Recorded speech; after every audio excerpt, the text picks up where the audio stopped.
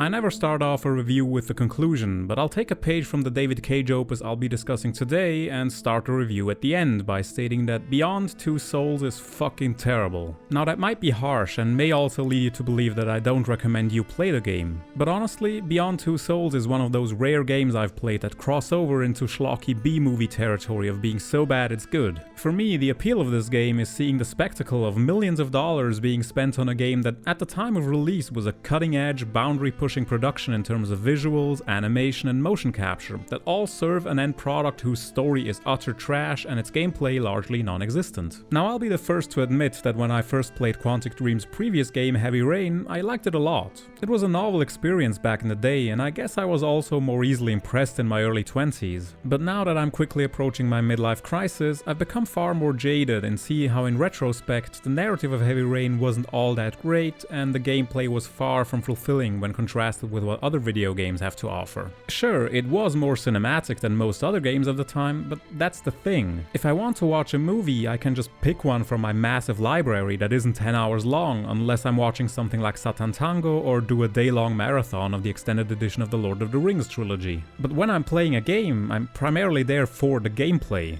And Heavy Rain's gameplay was mostly just there to connect the cutscenes or to waste your time by having you interact with inconsequential objects. So let's start there and see if things have improved. Just like Heavy Rain, Beyond Two Souls offers only very minimal interactivity. It mostly consists of walking around a bunch of levels to find objects or people you can interact with in some way. It mostly achieves this with a very subdued interface that mostly just highlights interactable objects with a white dot, which you can activate by pointing your right analog stick towards it. Though sometimes you're also given a specific button to push in order to focus on something. Unfortunately, the game lets you do those latter interactions only once, so if you for some reason let go of that button, tough luck, you're not getting a second chance. Not that it matters, because the things you get to focus on are rarely all that relevant to the narrative and never required to progress. It's almost like they learned from Heavy Rain and just outright tell players now which objects they don't even have to bother interacting with. Now what I find funny about this minimalist interface is how the developers boast about it in the behind-the-scenes making-of videos. They describe how they didn't want to clutter the UI, and especially during the QuickTime event sections, they wanted to offer a more intuitive way of giving players prompts of what to do instead of just showing buttons. What we try to do in Beyond is really an intuitive and immersive experience.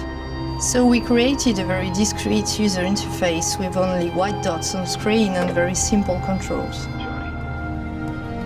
We wanted to revisit the action system and go for something that would be more invisible and more intuitive to the player. We didn't want the interface to be a barrier. We wanted the player to focus on what he's doing on screen and not on how to do it.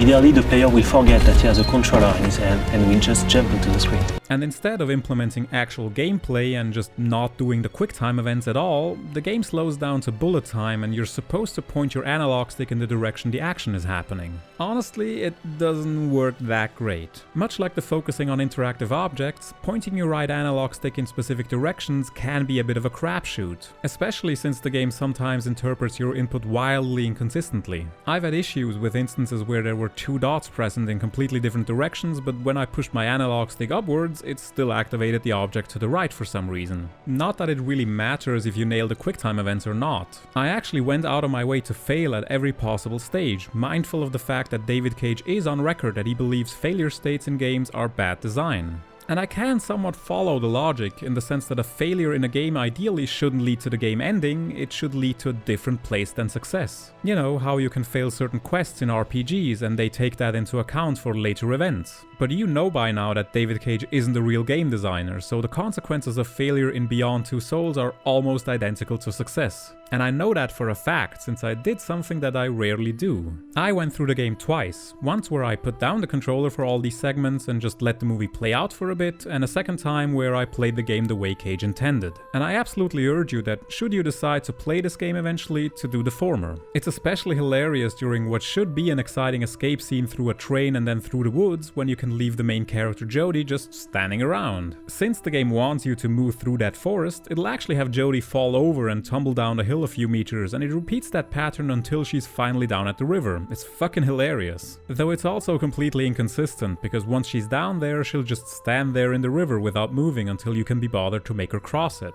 See, David, not being able to lose these fight scenes even though I'm missing every prompt and having the story just continue where it would have gone either way is not good design. Sacrificing gameplay and challenge on the altar of your idea that failure states shouldn't happen is supremely misguided. And I know you know this, David, because there's a tutorial that teaches you how to do these QuickTime event fights, which you can actually fail. When I deliberately missed all the prompts, the game got stuck in a loop and had me do the exercise again and again until I managed to do it properly. Similarly, there's this stealth tutorial that gets reset every time Jodie gets spotted. And these are pretty noteworthy examples, since they're a tacit betrayal of Cage's mantra that a game over is a failure of a game's design. Because this is essentially a game over. If you don't manage to beat these challenges, you don't get to continue with your adventure. And if, for example, that stealth mission in the Middle East later on actually had the same consequences for being spotted instead of just getting to continue like nothing happened, there'd be a reason to play the game skillfully. But to get back to that behind the scenes bit, the developers claim that their goal with this interface was for you to forget that you were holding a controller and instead become completely immersed in the events happening on screen. And I find this notion hilarious, because never in my life have I been less immersed in a game. You are permanently aware that you're holding a controller because you're constantly reminded to wrestle with the analog sticks to point into a specific, exact location the game wants from you, as well as the frequent button combinations you have to press that always remind you of the fact that you're just pressing buttons. You're not presented with an interactive world where you intuitively execute actions based on what you want to do. You're just there to press the required input to make the game continue. Quick hot tip for you guys and gals working at Quantic Dream. A literal icon of the button I'm supposed to push doesn't immerse me or make me forget that I'm playing a game. It does the exact opposite. I've never played a game with a proper UI and more traditional movement and combat controls and thought to myself, gee, I'm completely unimmersed in this. I wish there would be a constant reminder of what buttons to push. When I'm playing something like Dark Souls, for example, I'm not constantly thinking about what buttons I'm pushing to fight the bosses. I just think, hey, I should evade, or hey, there's an opening for an attack, and I just do the thing I'm thinking about without being reminded of what buttons I'm pushing, and more crucially, without being told what to do at every step. It comes to me naturally and intuitively. You know, I'm performing actual gameplay, not fumbling around with a glorified DVD remote that I occasionally have to push the on-pause button to keep the movie going. Because at the end of the day, that's really what it comes down to with the interactivity of this interactive drama. Most of the time, the game is content to just pause the narrative and wait for you to find the right trigger to move the story along. This frequently led to confusion whenever the game dumped me into any given random level without a clear idea of what I'm supposed to be doing. Scenes often just happen in media res without knowing where the story is supposed to go. You'll just have to wander around these rooms aimlessly and hope for the best. Truly, a narrative is gripping if it manages to leave you utterly lost the second it hands over the reins and expects you to do something to progress to the next dialogue scene. But that in itself wouldn't be enough for me to label the game so bad it's good. Now, see, the appeal of schlock media, for me at least, is that the developers earnestly tried to create something good and failed. Everybody can come up with something intentionally crappy and make that, but to be actually enjoyable so bad it's good, you have to be completely oblivious to the fact that you're making crap. And nothing highlights this more than seeing the glimpses of potential of what the game could have been if it only had somebody more competent in the driver's seat than David Cage. There's this one segment on a ranch that comes dangerously close to being an open-world sandbox experience. And while much of the chapter is marred by shitty movement controls and QuickTime event nonsense, it's also an example of how Quantic Dream could tackle a large-scale production if they were willing to put those 200 employees to work on an actual game instead of an interactive narrative, because it shows off a visual scope that I don't think I've seen that often in a video game before. And even though I said earlier that I play games for the gameplay, a certain cinematic quality to gaming isn't that much of a sacrilege if it's applied sensibly and without detracting from the gameplay. While making art, everything is permissible and everything can be a tool to make great art, if the tool is being wielded by someone who knows what they're doing. And riding through this gorgeous scenery certainly had a very cinematic feel to it. Unfortunately, that cinematic feel is also very much applied in a way that detracts from the gameplay. While controlling the protagonist Jodie, the camera stubbornly remains at certain angles that the game dictates instead of letting you look around freely like all the other sensibly designed games do. It's incredibly hard to get a good look at your surroundings. This is especially the case whenever the game wrestles away control of the camera to switch to a different perspective and refuses to let you examine anything that's now close to the camera. As the game employs such a ludicrously long focal length for its camera to avoid optical distortion, and since a big part of the game is spent inside very small spaces, the camera is always in exactly the wrong place for you to efficiently move around the place and get a good look at all the interactable objects. Not that it matters, because the movement controls are very stiff and Jodie's overall walking speed needlessly pads out the runtime.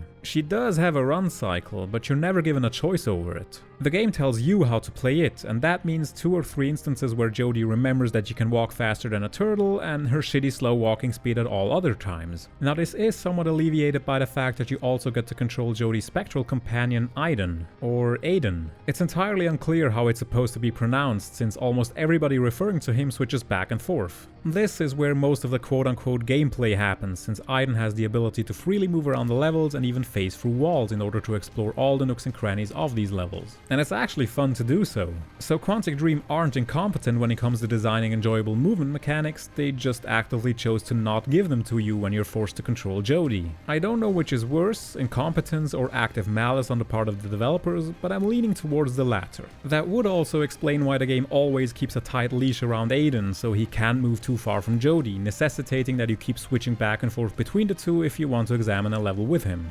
Aiden also has a few abilities he can employ, such as the ghostly haunted house shtick of breaking windows and mirrors and throwing around random objects, which gets old pretty quickly. Sometimes these abilities are also used to open up a path for Jodie, either by getting rid of debris in her way or by opening up doors from the other side. Aiden can also directly interfere with other humans, either by strangling them to death in a few select instances or by possessing them so you can act in the skin of hostile enemies. And when I say a few select instances, I mean it. For some reason Aiden can only mess with a minuscule number of NPCs. Why? Is this a Jedi mind trick sort of thing where Aiden can only do this stuff to mentally unfortified people? And this is actually where the game showed the most potential. There's that prolonged sequence I mentioned earlier where Jodie is dropped into a mission in the Middle East while working for the CIA, and if you're confused at this point, don't worry, we'll get to the story. Anyway, this level takes the form of a lengthy stealth mission where you have to avoid detection on your way to assassinate a target. Did you hear that, David Cage? The way I just talked about this sequence. How I described it in terms of actions you're supposed to take instead of just watching an endlessly drawn out badly written TV movie? Yeah, that's a solid idea for a game. Make a stealth game where you have to deal with enemies in spectral form to make sure that the fleshy human character can get safely from place to place.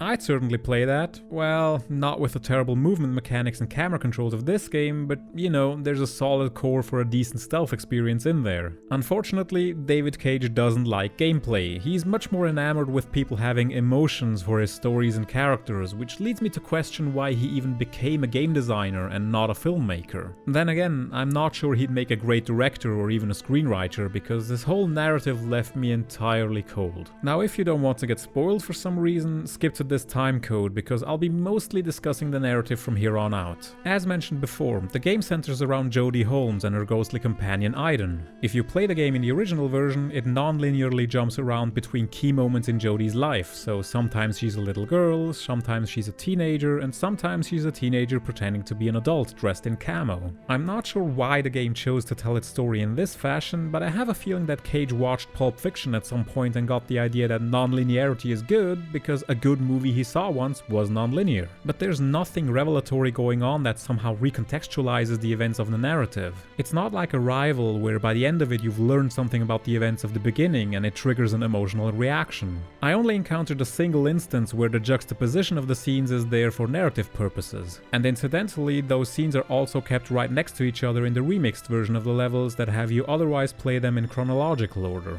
Now, I have to confess, I sort of lied earlier. I know exactly why they told the story non-linearly. I mentioned Arrival just a few seconds ago, and Beyond Two Souls does have a bit at the end that serves as a possible justification. After everything is done, Jodie for some reason ends up with a deteriorating memory where she can't put her memories in logical sequential order anymore. It's a small throwaway line that you can entirely miss if you don't pay attention, even though it has literally nothing to do with anything else in the game. So even the developers knew it was a pointless gimmick that made the story harder to follow for no adequately explored reason. In the end, it's just random vignettes that tell of Jodie's life and her upbringing, first in the care of a foster family, and once they've had enough of her paranormal shenanigans, in the care of two scientists studying her phenomena. During those sequences, the plot is mostly just going through the motions, though there is a memorable sequence where Jodie gets invited to a girl's birthday party because that girl's mother works at the same place Jodie is being studied. Now, I have no idea how in any sane world it would make sense to invite someone her child doesn't even know to her fucking birthday party, but whatever, this isn't a scene put in the game to make sense in context. It's there to make a point, and in this case, it's there to teach us that teenagers are assholes, as if we needed any more examples of that.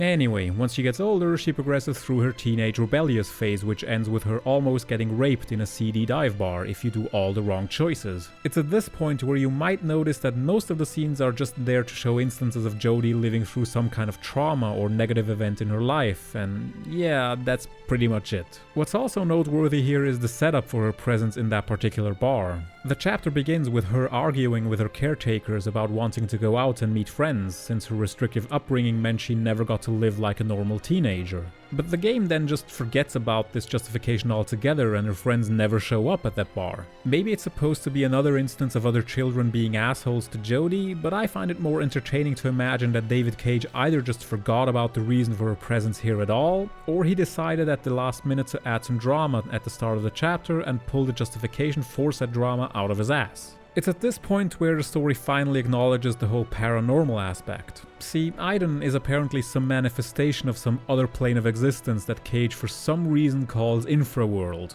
Do you even know what the prefix infra means, David? It means below. So where below or beneath is this plane supposed to be? Every time someone calls it the Infraworld, it just makes me cringe. Anyway, to get back on track, the Department of Paranormal Activities are interested in this Infraworld for some reason, but their experiments go awry and they send in Jodie to clean up the mess. I admit, the game does manage to build up a decently creepy atmosphere in this attempt at being a horror game, but it's undone by the lack of any threat, since again there are no failure states. You can technically fail the level by not even getting that far into it, but that just means that Jodie turns back around and leaves without finishing her task, and it literally never gets brought up again one way or the other. Things don't improve once the CIA show up and Jodie forcefully gets recruited by the most unlikable character in the entire plot.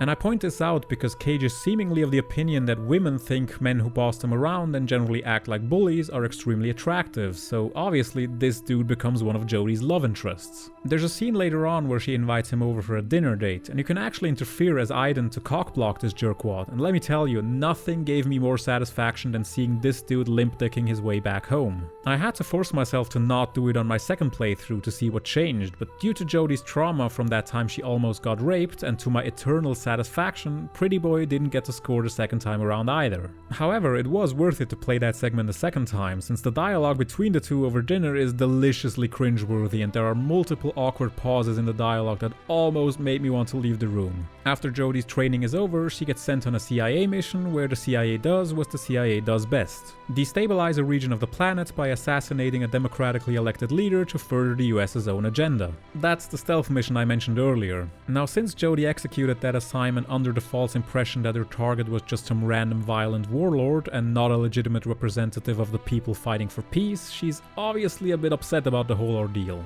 And since Captain Douchenozzle here lied to her about it, he's obviously also on the shit list now. This causes Jodie to run away from the CIA, leading to that aforementioned trek through the woods that plays itself. It's at this point where the game really veers off a cliff narratively when Jodie ends up being homeless. It's a prolonged segment where she befriends a bunch of homeless people living under a bridge. While you're there, there's not a lot of noteworthy stuff that happens, it's mostly just going through the motions. It gets hilarious, however, later on when the gang move into an abandoned building that gets torched by a bunch of dipshits who get kicks out of harassing the downtrodden and filming it for online clout. At the end of the escape sequence from the burning building, Jodie ends up in a coma. When she wakes up, she can examine a bunch of memories of the other homeless people visiting her while she was comatose, and it turns out that all of them have turned around their lives. It really shows that David Cage understands that the homeless are just living on the streets because of their own faults and because they can't get their act together, and that getting their lives back on track is really easy. Let me just state here that Quantic Dream's offices are located in Paris, the city with France's biggest homeless population. Maybe David Cage should just go out among those people occasionally. But that's not even the most hilarious part. Remember, Jodie is still on the run from the authorities, and since the game needs a bit of forward momentum after this chapter of Much Ado About Nothing, they show up once again and force her to relocate. First, the plot takes a bit of a detour to a chapter that's still at the very start of the game because of reasons, but afterwards is where the game really loses all semblance of coherence. Jodie is seen hitchhiking through the desert and ends up on a ranch owned by a bunch of Navajo Native Americans. And while much of the chapter is padded like the bra of a late-blooming teenage girl, it mostly focuses on an evil spirit that haunts the ranch because it was summoned by the ancestors of the family she's staying with. It comes completely out of nowhere, and you're just supposed to roll with it that we're here to play a Ghostbusters interlude that adds absolutely nothing to the overarching plot whatsoever. And while I earlier commended this particular level as a showcase for Quantic Dream's abilities to render maps with a sense of scale, it's also rendered supremely boring by what little we're actually given to do. After that detour, the game remembers that it was supposed to have a plot when Jodie gets back into contact with one of the researchers who studied her paranormal phenomena.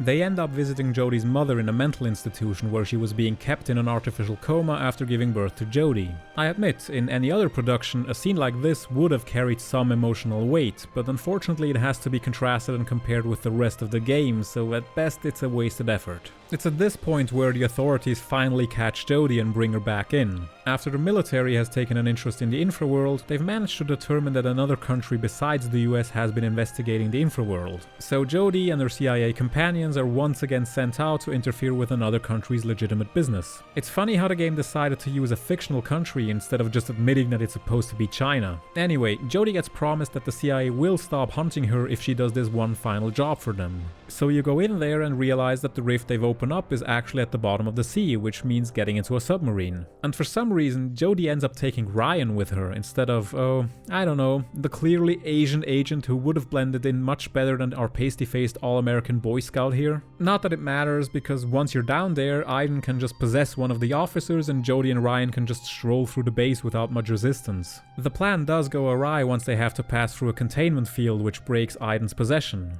Jodie and Ryan end up getting tortured and interrogated, but thanks to Aiden, they manage to get out and blow up the rift. Once they're back at HQ, the game clearly has no idea how to move forward. Nathan, one of the scientists, begs Jodie to help him with his research since his wife and daughter, who died a couple of years earlier, are also in the infraworld, and he wishes to either bring them back or just communicate with them. She obliges and lets him talk to his wife, but as is clear from the holographic projection of the two, they're obviously in pain and begging to finally let them rest. So obviously Jodie is very apprehensive about helping him and is determined to leave. At this point, the US brass does what the US brass does best and betrays Jodie for fear of her being a threat to national security. They intend to have her put into the same permanent coma they already put her mother under for the rest of her natural life. Meanwhile, Nathan goes completely off the deep end and shuts down the containment field around the massive condenser they've built around the rift to the infraworld, which threatens to consume the entire planet. This plot point just comes entirely out of left field and just serves as a means to up the stakes for the finale. Now, I mentioned earlier that you should always try and fail all the QuickTime events on purpose. I'll have to put a caveat here and say that you should absolutely not do it at the very end, because that's how you get an absolutely atrocious ending that can basically be summed up as everybody dies. But if you do everything right and manage to shut down the condenser, you get to choose from a bunch of endings that are mostly identical. Basically, Jodie loses contact with Aiden and mopes around for months in a secluded cabin. Later on, you're given the choice with whom you want to let Jodie spend the rest of her life, either Captain Douche Nozzle, that one Native American dude, or the former homeless people who for some reason all live together. While living happily ever after, Aiden contacts her again, so in effect nothing much happens. But it's at this point where the game pulls its biggest dick move. It flashes forward a couple of years to an apocalyptic scene, implying that the whole infraworld business isn't done yet. This has to be one of the most hilariously bad attempts at a sequel hook I've ever seen. As I said in the beginning, I think Beyond Two Souls is utter trash. It's a boring and endlessly padded slog through a narrative that doesn't know what it wants to be about. It tries to be varied, given that it sometimes goes into horror territory and sometimes it's about stealth, but most of the time it's a movie that gets paused every couple of minutes and demands of you to find a trigger to continue the story with no meaningful actual gameplay happening in between, which is just so damn boring. The seed of an interesting game is in there, but it's buried under mountains of nonsensical bullshit and endless diversions. It feels like Cage wanted to cram in a TV season's worth of material into a game and have every episode set in a different genre and tone. But what I really hated the most was that every chapter ends with this overview of which choices you've made.